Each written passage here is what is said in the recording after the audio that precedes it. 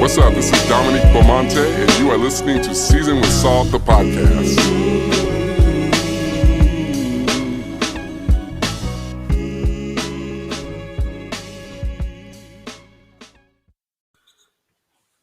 Almost like the craziest thing has happened to us as Americans. First of all, pat yourself on the back because you have survived at least 10 months of one of the most difficult years of pretty much anybody's life, right? There's a pandemic and there's an election and there is social unrest and there are fires and there are,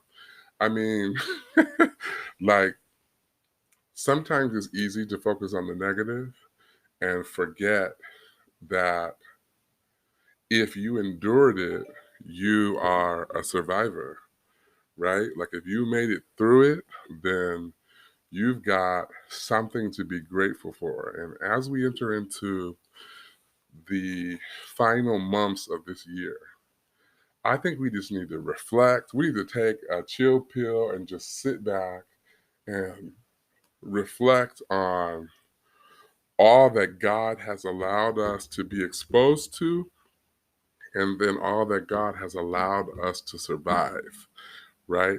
And it's not to say that it's been easy. It's not to say that it's ideal. Many of us have lost loved ones. Many of us have had family members, and some of you even have been exposed to the pandemic. There are just so many things that could really tire us out and make us feel less hopeful. But God really has a way of reminding us that politicians fail, employers fail, governments fail, systems fail, but he doesn't. And I think that that's amazing. And if you're still standing, you are a manifestation of his inability to fail. And I think that we got to just reflect on that. We got to go into this season, ending the year, not being so full of this idea that we somehow just need to rush to start 2021. We need to just breathe. I want God to know that I am grateful for having had the experience of 2020. It's transformed my life in a lot of different ways. One for which is that I will not take for granted life, right? I would not take for granted the things that God gives me, that perhaps I was just being casual with, right? Like sometimes we are of the mindset that if we have the money to do it, then it's not something to be grateful for. I could just, put a couple $100 and get on a plane and go on a vacation. It's not, we're not doing any extra having prayer meetings or anything like that to do it. It's just something that we're able to do. But what happens when the money that you have and the resources and the clout and the influence that you have is just not enough? Because your money and your resources and your influence are not bigger than the pandemic. Have we not learned that? And so I'm reflecting on this. There's no theme for this podcast episode, just me talking, right? I'm reflecting on the night of the election and how it just wasn't looking good. And I don't care how hopeful or happy or you are. When something doesn't look good, it just doesn't look good. And I think all of us kind of went to bed with this sense that we could be potentially looking at 4 more years of Donald Trump. And if you're somebody like me, I don't know if I have a political identity necessarily. I don't identify as, I'm a Democrat or I'm a Republican. I just identify as somebody with a mother who is a severe schizophrenic, somebody who has 2 nephews, somebody who values the importance of education, somebody who values integrity, somebody who loves the Lord. And when I put all those things together, I know what I want to see in the White House, right? I know what I want to see at the helm of the place that I work, right? Like I want to see something that reflects some level of integrity. Like you don't have to be perfect, but just some level of integrity. And so it was disheartening, right? Because first of all, I wanted for well, what I wanted kind of happened, but I wanted him to be blown out of the water. But it was not so much him losing that I was concerned about. My hope was that people who were bystanders, people with privilege, people sitting on the sidelines would be able to witness and empathize with people like me, Black people, people of color who have had to endure like some of the most tragic and awful things like under this president's leadership and say, you know what? It's really beyond politics. God will take care of me. But I want somebody who is a person of integrity, a person who loves, a person who cares for all Americans. And so I was just shocked that people were still, you know, just essentially like advocating for that behavior. And honestly, I wasn't thinking about, oh, more of the percentage of the increase of Blacks and Latinos voting for Trump. I didn't think of it like that. I just thought of everybody had to increase somewhere, right? Because more people voted. So my mindset was like, how could these people do this? And I was getting ready to go to bed on election day, and I started thinking of that psalm that says, late in the midnight hour, God's going to turn it around. So I posted on my Facebook, and I think other people were like, yeah, it is possible. God can do it. And I'm probably like a lot of people. I did not go to sleep on November 3rd. I tried. I was in a sleep disposition, but I was watching those numbers all night, and I was watching them turn, right? I was watching God do, and some people might say, well, why are we putting God in this? When Donald Trump won, people, religious people, Black people, white people, Asian people, people who identify as Republicans or conservative, those folks were praising God all day. They were saying that God was sick and tired of the liberal mindset and the promotion of abortion and same-sex marriage and gay rights. And so this is God speaking, right? And in my mind, when Donald Trump lost, I was like, but I think that people forget that this is the same God that hung out with non traditional people. This is the same God that got ridiculed for hanging out with quote unquote sinners. This is the same God who, when he was being ridiculed for hanging out with sinners, said that um, physicians are for sick people. And so it didn't make sense for him, the physician, the master physician, to be hanging out with people who are well. This is the same God who, after he healed and nurtured the spiritual identity of people, realized that they were hungry and took a couple of loaves of bread and a couple of fish and fed everybody, even after his disciples, the people that were close to him, the people that had a pulse to the people, said, no, these people need to just go home. And so the God that clothes people, the God that loves people, is still the God of the universe. And I think that there's some things he won't allow. One of them is a form of godliness, right? Like there are no, like, you can be against abortion. You can be against same sex marriage. You can be against those things and still be a liberal, still be someone who believes in integrity. Listen, the proclamation that I make, as read in the Bible, is, hey, as for me and my house, we will serve the Lord. But I also know that the Bible says that there are some things that God hates, hands that shed innocent blood. rebel rousing mouths from place to place. I mean, we can go through the whole discussion about the things that God doesn't care about. And so as a nation, we can't pick and choose like what God loves and what God hates when his word already outlines it. And so we also cannot use our political and personal opinions on people's life's decisions as a reason to hate, right?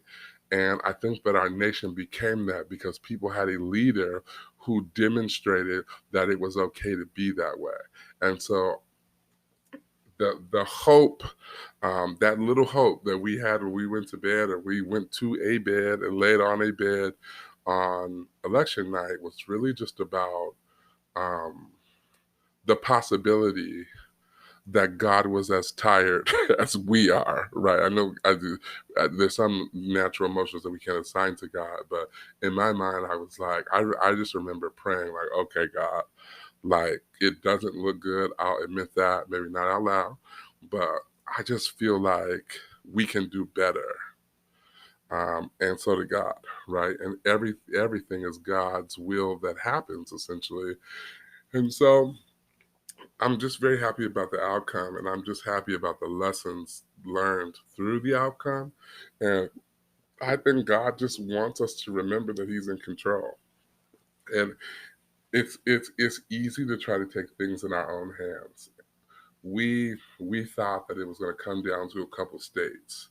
We had put all our eggs in one basket. We were waiting for Nevada, and God was like, "No, I got something for you in Georgia," right? Like God was like, "No, I got something for you in Pennsylvania." And that's how God works, right? Like, if you really want to understand the character of God, then you have to imagine yourself in full control, mapping out everything the way that you think it should be, and then realizing that God can exceed your expectations, doing almost the opposite, right? Like, He doesn't need what we need in order to do what He needs to do for us. Right? I wish I could say that again, but I can't. I think I said He doesn't need what we need in order to do something for us, right? He's God. He's God of the universe. He has everything. And so this God that has everything, all these resources at his disposal, the cattle on 1,000 hills, he doesn't need a bank account. He doesn't need a political platform. He doesn't need a podium. He doesn't need a vote counter. He doesn't need any of that. His will is so supreme, and whatever he says will be. He just has to say it. Like, sometimes we say things and nothing happens, but when God speaks something, like, it just is. And what a mighty God we serve, who in this season, like, just reminds us, like, you are thinking too hard, you are worrying too much, you are trying to be me, and I don't need your help. I don't need your help loving you. I don't need your help providing for you. I don't need your help protecting you. I will have you. And sometimes what gets in the way of our blessing, our miracle, our survival is our own need to intervene in what God is doing. And God forgive us for intervening in His plan, for taking our own will and trying to show God how it's done, right? Thinking that we know what's best for us. And God already has a plan for us. And listen, at the beginning of the year, we were so ecstatic. We were talking about how this is the year of focus in 2020. And then the pandemic came. And then the social unrest came. And then the murders of Black men came. And then the election came. And then the fires came. And then all these things came. And we're sheltered in place, with rising and surging numbers, trying to figure out like what to do. And God is like, no, this is the focus that I was actually talking about. Like, this is the focus that I wanted you to be focused on. How to set your affections on things above, even when there is havoc like brewing around you, right? Even when everything around you is essentially falling apart. And so, if you are listening to this podcast, if you are alive, what God is saying is, I can tear up everything around you and you still be whole. You still be protected. You still be hopeful, because that's what I have used 2020 to teach you, that you don't need what you think you need, right? That's what I've used 2020 to educate my people, is that if you focus on me, I will take care of it. Listen, my motto in the last couple of months has been, I'm going to take care of God's business and I'm going to trust him to take care of mine. Listen, it's not that I don't worry. It's not that I got a lot of things going on in my life, but one thing I know for sure is that if he can bring me through it, he can bring me to it. And I thank God for that. And so, anyway, I didn't mean to say any of that. I don't have none of this written down. This is just from the heart, because I think that we have to be reflective about what God has done for us in this season. And we cannot take for granted the space and the place that we're in. And so, 'tis the season of gratitude, 'tis the season of reflection, 'tis the season of realizing that you made it, and you made it for a reason. If you survived what we have had to survive this year, God is saying, there is a purpose that I have for your life. And guess what? No pandemic, nothing can get in the way of what my plan is for your life. And God said that you didn't think you could be a teacher. You didn't think you could work from home. You didn't think you could survive, but I provided for you. And I showed you not just what I'm capable of, but what you are capable of through me. Oh, what a mighty God we serve. I'm not supposed to be preaching on this little podcast, but I just thank God for his goodness. I thank God that for the gift of revelation and understanding, because sometimes you can be in something and be so like covered in it and submerged in it that you can't see the blessing and the miracle in it. And like, I know it has been hard, and I'm just like everybody else. I've had seasons where I'm like, oh my God. My life has been touched by, the pandemic and everything. And I've had a lot of days in 2020 where I just cried because I didn't know what else to do or how to do it. But God has been faithful. I just want to say that I had posted on my um, Facebook that Thanksgiving, especially Christmas, we're going into a season where people are going to be extremely depressed. Maybe because of politics, but if you imagine this, widows and people who have traditionally carved out this entire end of the year to be with family and to recalibrate and to love and be loved on are not going to necessarily have that opportunity. And I challenge the people who listen to me, the people under my influence, whether that's just simply because you follow me on Facebook, Instagram, or Twitter, to think about people that are in need of love. And it doesn't necessarily mean that they're in need of money or material things. They're just in need of love and attention.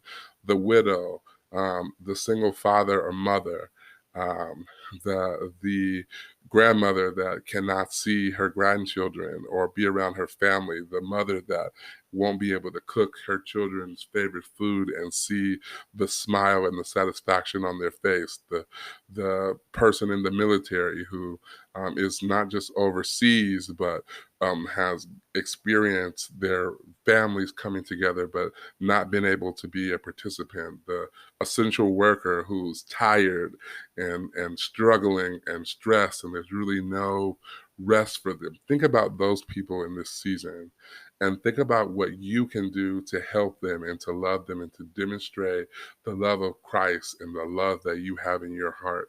And I wanted to just challenge you to think about what you can do. There's no list. I mean, maybe you can take somebody some food. I mean, there's some safe ways to, of course, care for people. Maybe it's just getting a greeting card and sending them something. But I think that there are just a lot of things that we have to do. And it's going to take creativity.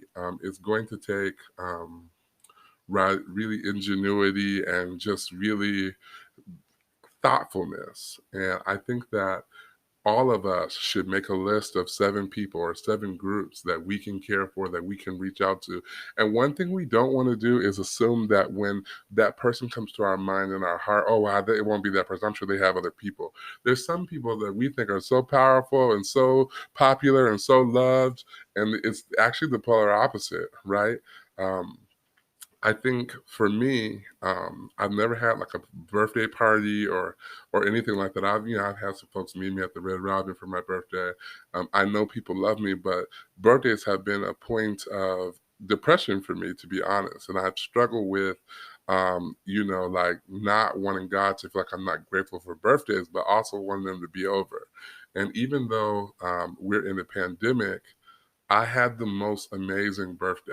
Like, and I think it's because like I underestimated like who loves me, right?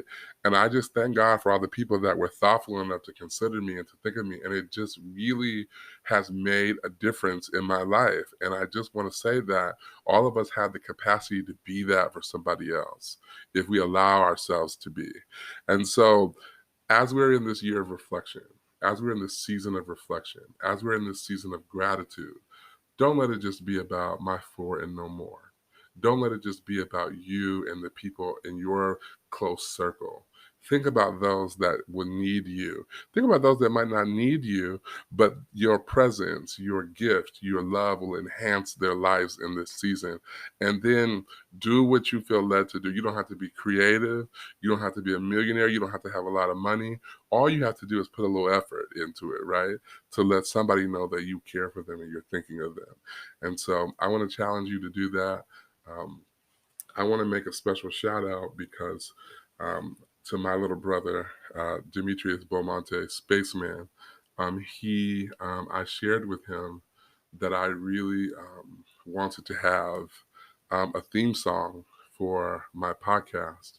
And he took me to a studio and he got some tracks made and he allowed me to experience that. And so I want to thank him. I'm going to put the names of the producer in the studio uh, in the notes, but I want him to know that I appreciate it. I also want to shout out my baby brother Dariel because he um, made me feel loved on my birthday, and I appreciate him and all my nephews and just everybody. Thank you for listening to this podcast. Thank you for sharing it. Thank you for your positive commentary. I really, really appreciate it. So I hope you have a wonderful, wonderful week, and we'll talk about more ways to show gratitude to others and to God in coming episodes.